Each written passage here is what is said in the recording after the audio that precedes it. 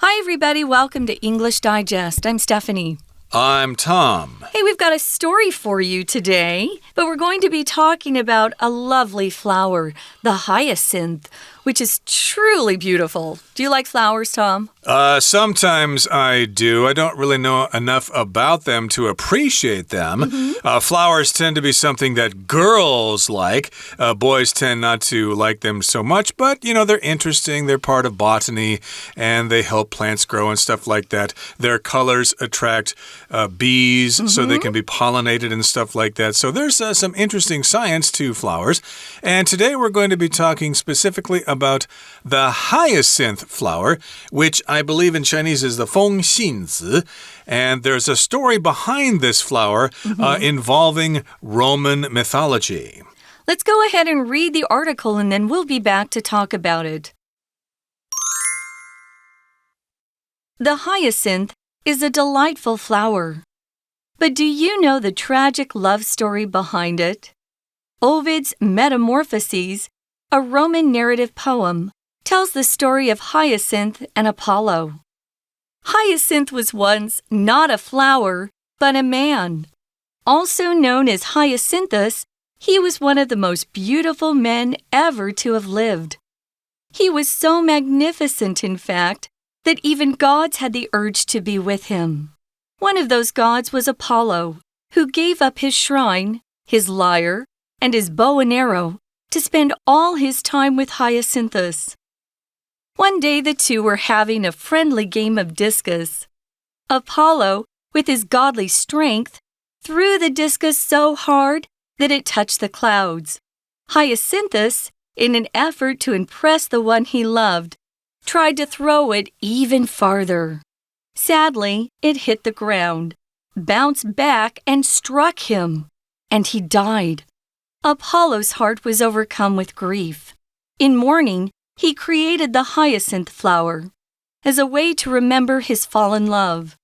As he wept, his tears marked the petals of the flower. Today, the hyacinth flower represents everlasting devotion. It's an indication that love and attachment continue after death. As a result, it's often left on the graves of loved ones that have departed. Okay, let's get to it.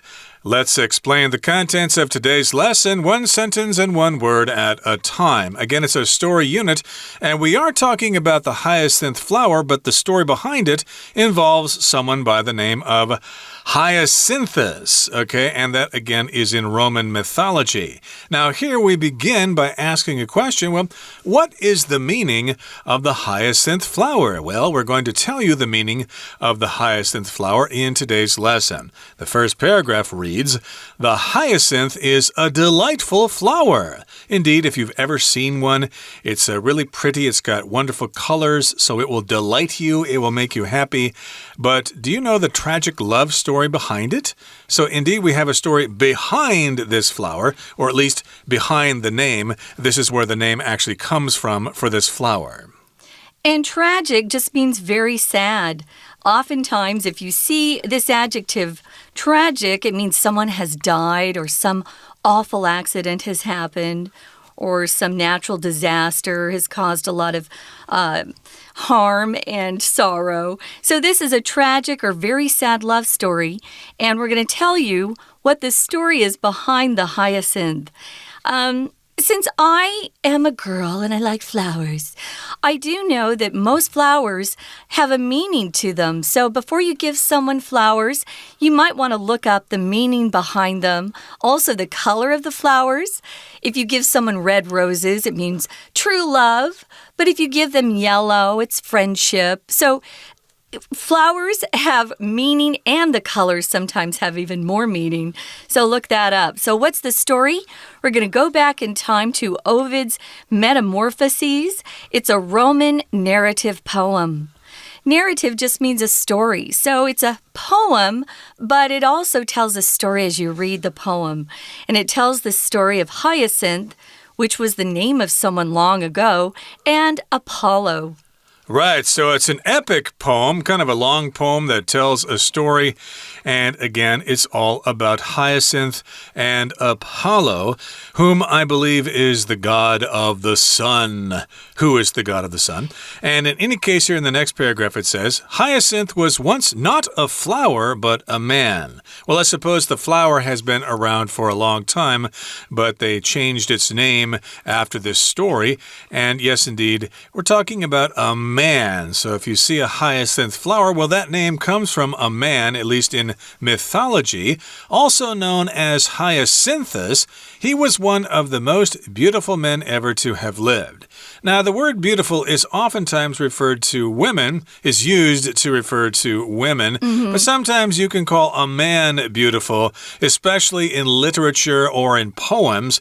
It's kind of weird to call a man beautiful now, unless they suspect you have some kind of different ideas about men. But in any case here, back in those times, men could be considered beautiful. They were strong, handsome, and they had great diction. They could recite poetry and do all sorts of lovely stuff.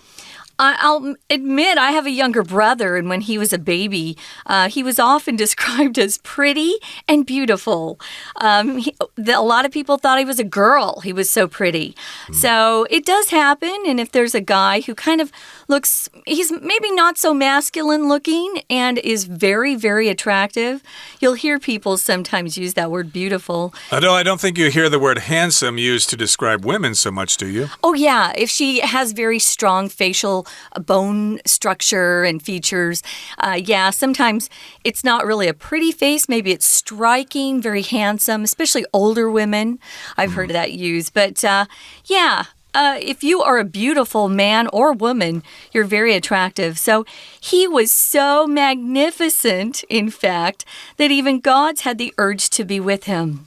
I don't know what it is about really beautiful or handsome people, but you just kind of want to be around them. They're so nice to look at. So that's kind of the sense that people had around this guy. Wow, he's so cute. He's so beautiful. I just want to look at him all the time. Oh, I do too. So, yes, indeed, magnificent just means great, wonderful, fantastic.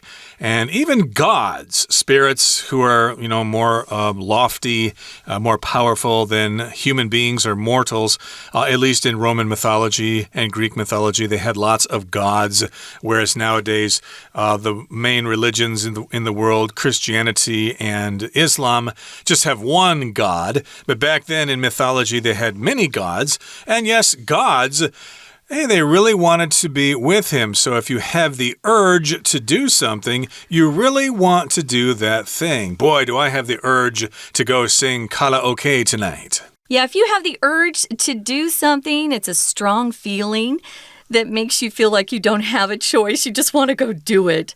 Sometimes late at night, I'm trying not to eat, especially sweet things before I go to bed. But sometimes that urge to have ice cream or a cookie just becomes too strong. Well, this guy was so beautiful, Hyacinthus, that a lot of the gods just wanted to be with him. They had that urge to be with him. A related word is urgent. If something is needed really quickly, you say it's urgent. Can you have this finished by tonight? I'll give it to you tomorrow. No, it's urgent. I need it really fast. So again, he had the urge, or at least the gods had the urge to be with Hyacinthus. And one of those gods was Apollo, who gave up his shrine, his lyre, and his bow and arrow to spend all his time with Hyacinthus. Remember, Apollo is a powerful god who's a god of all sorts of things. And in this particular case, he's a god of music, I guess. So that's why he would give up his lyre, which is a musical instrument, kind of like a small harp. And of course, his shrine is like his temple. And he also gave up his bow and arrow because he was also the god of archery, and he wanted to spend all his time with Hyacinthus. He was willing to give up all those things in order to hang around with Hyacinthus. And if you know anything about Apollo, you know he was very handsome himself.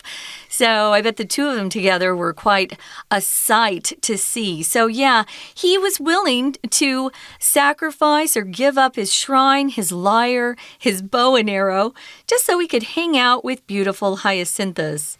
So moving on, one day, the two were having a friendly game of discus. If you've ever watched the Olympics, you may have seen this particular game or competition where they throw that heavy discus. I kind of like to watch it sometimes because the guys who are throwing it, they're huge. They are so muscle-bound, and it looks like it's very difficult to throw those things. This was a game that actually was invented thousands of years ago, discus. Right, it's similar to a frisbee, but a discus is much heavier. You don't want to try to play catch with a discus. You'll probably get hurt doing that. The game they were playing probably involved throwing it to see who could throw it the farthest. So they were having a friendly game of discus. Apollo, with his godly strength, threw the discus so hard that it touched the clouds. So that is a pretty long throw there. Your strength refers to the power that you have. Usually your physical power. It takes a lot of strength to lift 1,000 pounds, for example, but it could also be your mental strength, how strong you are in difficult situations. But most of the time, strength is referring to physical strength or physical power. You could also use it to describe things, not just people. So maybe you're looking for a fabric or a material that has a really strong strength to it. It's hard to tear it or rip it. Along with mental and physical strength, you can have emotional strength. Which is very important. So you can handle the emotions that go through you day by day. You never know what's going to hit you. Well, they were having this game, and remember, Apollo's the god, so he's stronger. Everything he does is probably a lot more impressive than when just a mere mortal does things. And he took that discus and threw it so hard that it touched the clouds. Yeah, most mortals don't have that kind of strength. That's why they're describing Apollo's strength as godly strength. He's got supernatural powers, you could say. When I see this, I always think of the Marvel movies where they have, these amazing powers, whether it's strength or the ability to fly or what have you. So Hyacinthus is watching this, and he wants to impress the one he loves as well. So he takes that discus that's really heavy again, it's made out of metal, and he throws it even farther. Oh, how is that possible? He must have some godly strength there. Even though he's just a human being, he's just a mortal. And we'll continue talking about that in just a couple of seconds, but we're going to take a little break right now and listen to our Chinese teacher. 听众朋友大家好，我是安娜。相信大家都看过一种很漂亮的花，叫做 hyacinth， 也就是风信子。可是你知道风信子这个花朵它背后其实有一个很悲情凄美的爱情故事吗？我们今天的文章带大家来看一下风信子的故事。不过我们设计成课漏字哦，所以会特别针对一些文法的部分做一些解释。好，那当然我们知道风信子是很迷人的花朵嘛，可是后面这个背后的爱情故事，其实在古代有一个罗马叙述诗那个变形记，它里面就有讲到风信子跟阿波罗的故事。好，我们知道阿波罗是太阳之神，可是他跟这个花有什么关系呢？其实进入到第二段，这文章告诉你，风信子其实他之前是一个人。我们在第二段的第一句看到 not A but B 这个对等连接词，可以特别把它抓出来。那么接下来我们看到呢，这个过去的所谓的风信子，他是这个人的时候，他当时被称为 Hyacinthus， 中文翻成亚辛托斯，出现在第二段的第二句。我们特别注意一下，它其实是分词构句哦。在第二句其实要给你两个资讯，第一个资讯就是它的名称，这个所谓的风信子，当时这个人叫做 Hyacinthus， 而且他是有史以来最美丽的男子之一了。所以这两句话中间只有用逗点而没有连接词，也就是说我们其中一个句子一定要简化。那它中间有没有什么因果关系呢？其实没有特别的因果关系，只是都针对这个很漂亮的男生 Hyacinthus 做了一些描述。所以我们在句首看到 known as， 其实它原本句子应该是 He was known as Hyacinthus， 而逗点之后本来应该要有连接词的 and， 那在这里我们就称为它是一个句子简化的分词构句。好，接下来来到第3段咯，出现句型的 so that， 如此的以至于一个结果。什么样的情况呢？也就是因为它太漂亮了，它如此的美，以至于连众神都想要跟它在一起，都有这种 urge， 都有这种冲动想跟它在一起。所以在第2段第3句 so that 特别把它抓出来， that 这里可以写一个表示结果的句型。好，其中一个神呢就是阿波罗了。那这个阿波罗为了要跟他在一起呢，就放弃了神殿里拉琴弓箭花费所有的时间都跟这个美男子 Hyacinthus 在一起。不过第2段的第4句也是个重点哦。第2段的第4句，因为我们看到阿波罗在第2格考的类似像是冠带的东西，那我们就来看看句子到底需不需要冠带，到底需不需要连接词呢？在第4句当中，我们先看到第一个动词是 be 动词的 was， 接着在第2题后面看到 gave up， 放弃了。所以如果没有连接词的话，这2个句子不能连接在一起。可是如果你想选 A 的话，第2句就少了主词，如果你想选 C 又少了连接词，那么剩下就是 B 跟 D 的选项。我们知道如果 that 当成冠带的时候，它不能放在非限定用法的关系子句，也就是冠带 that 前面不可以打逗点，它只能用于限定用法。所以第2题答案选 B。 而这个 who 呢，当然就是先行词，指的是阿波罗这个神。好，接下来呢，我们的故事就会来一个转折，因为其实很多的文章它都是按照 A B T and 然后叙述完了之后 but，然后突然有一个转折，来到故事的高潮，或者是主角发生了什么困难，最后面的 therefore 呢，这个 T 所以就发生什么结局。所以我们现在来看第3段。有一天2个人就进行一场 discuss， 也就是掷铁饼的友谊赛。阿波罗就先掷啦，他就用神力把铁饼奋力的掷出，好用力哦，都碰到云层了。那换到了 Hyacinthus 的时候，为了要给他的爱人呢印象深刻，他企图想帮这个铁饼掷得更远。 We're going to take a quick break. Stay tuned. We'll be right back.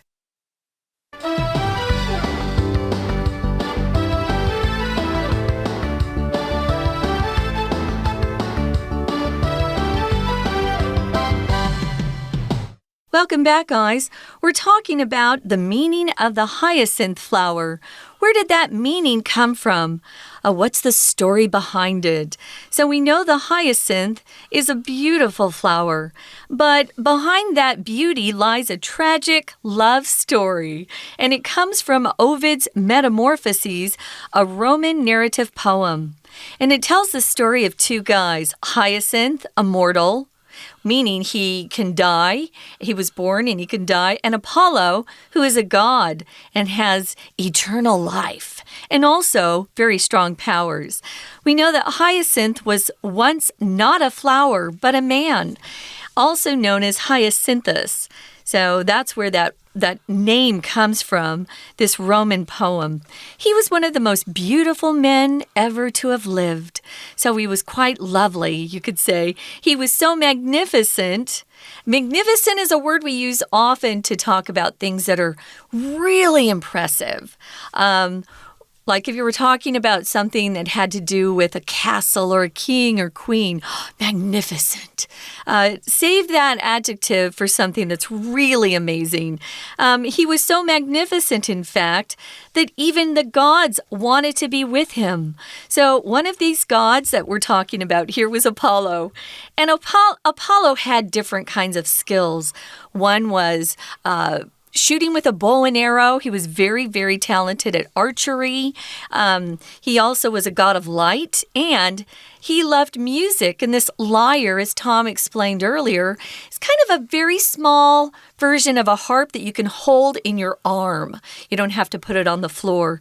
Those are very popular. Well, he was very good at all these things, and he gave them up, all so he could spend his time with Hyacinthus. That's right. So one day these two guys were hanging out together. Apollo was happy to be with Hyacinthus, and they said, hey, let's have a friendly game of discus.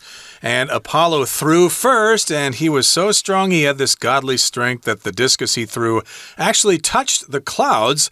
And I guess that was quite impressive, especially if they were cirrus clouds, because those are really, really high. Yeah. But I imagine they're probably cumulus clouds, which are closer to the ground. But still, that is quite a feat there to touch the clouds.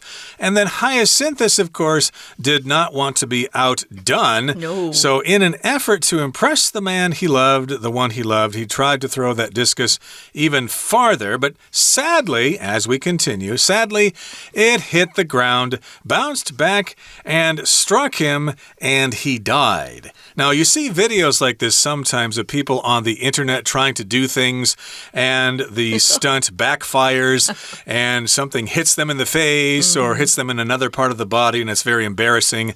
And that's kind of what happened here. He threw the discus, but it hit the ground in such a way that it actually bounced back. Now, if you're playing basketball, of course, you will bounce the ball on the court. And if you're a tennis player, of course, when you hit the ball, it will bounce once before your opponent needs to hit it back.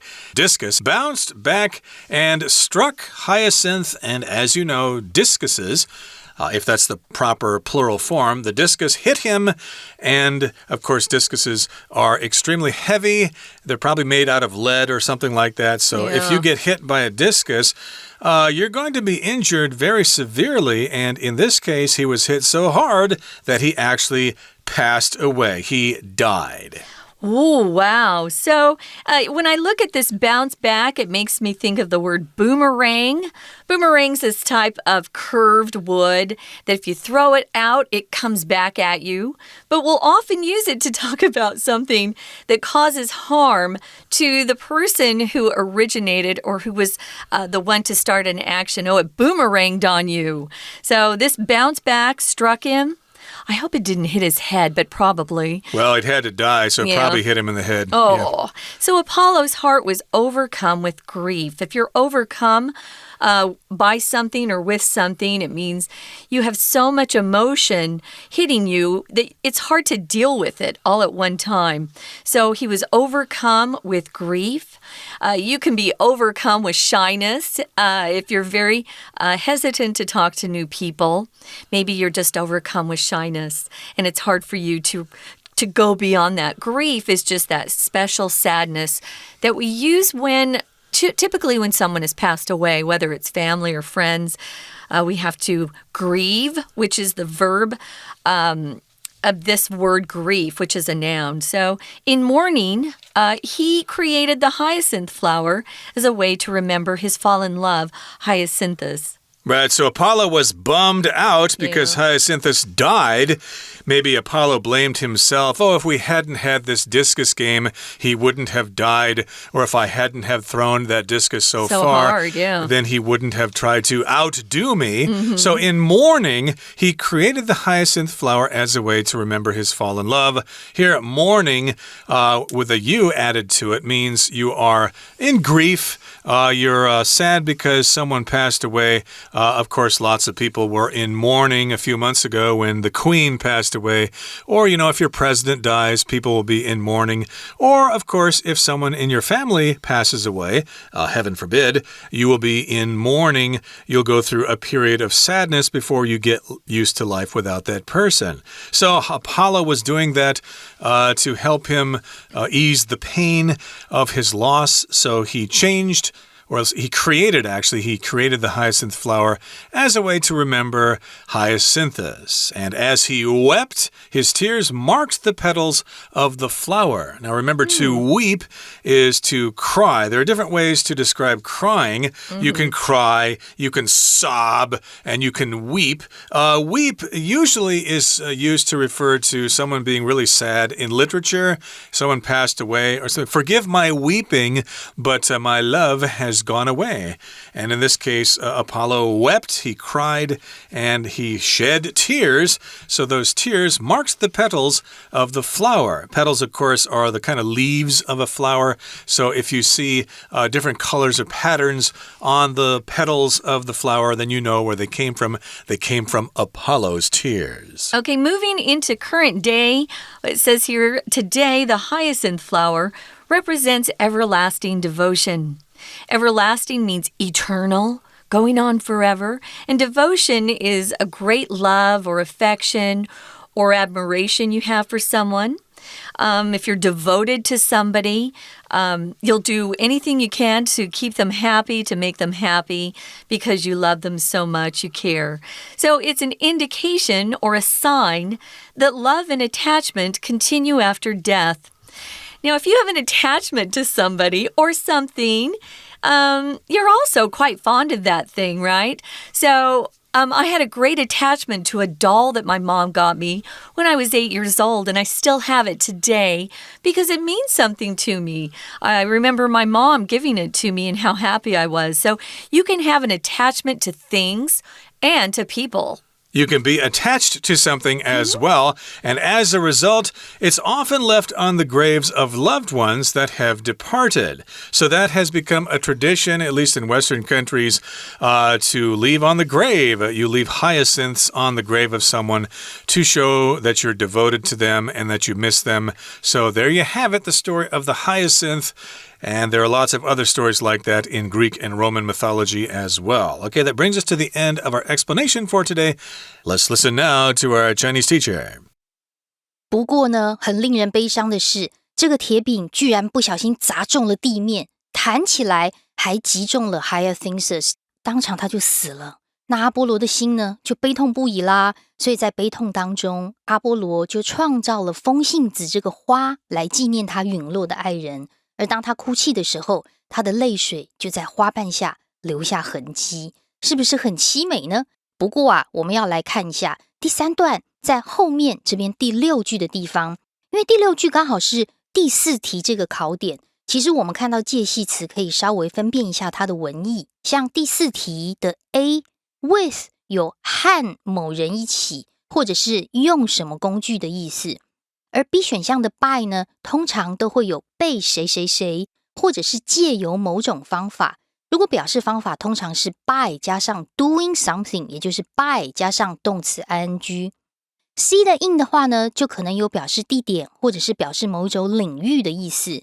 而 D 的 S 就有意思很多啦，可以表示身份啦，也可以表示方法啦，作为身份或者是作为方法。好，所以我们现在看到在第3段第6句第4格后面的 as a way， 这里的 a way 是一种方法，用这种方法来纪念他的爱人，所以第4题选 D 是比较适合的。好，那么到现在呢，我们就进入故事的结尾了。那个故事发生之后，到现在风信子的花，其实它就代表着永恒的挚爱，而当然这就表明爱跟依恋在死之后还是会继续延续着。所以很多人呢，常常会在已故爱人的坟墓上放上风信子。那么以上就是我们今天的内容，我是 Anna， 我们下次见。That's it, guys. Thanks for joining us, and we hope you'll join us again soon. For English Digest, I'm Stephanie. And I'm Tom. Goodbye. See ya.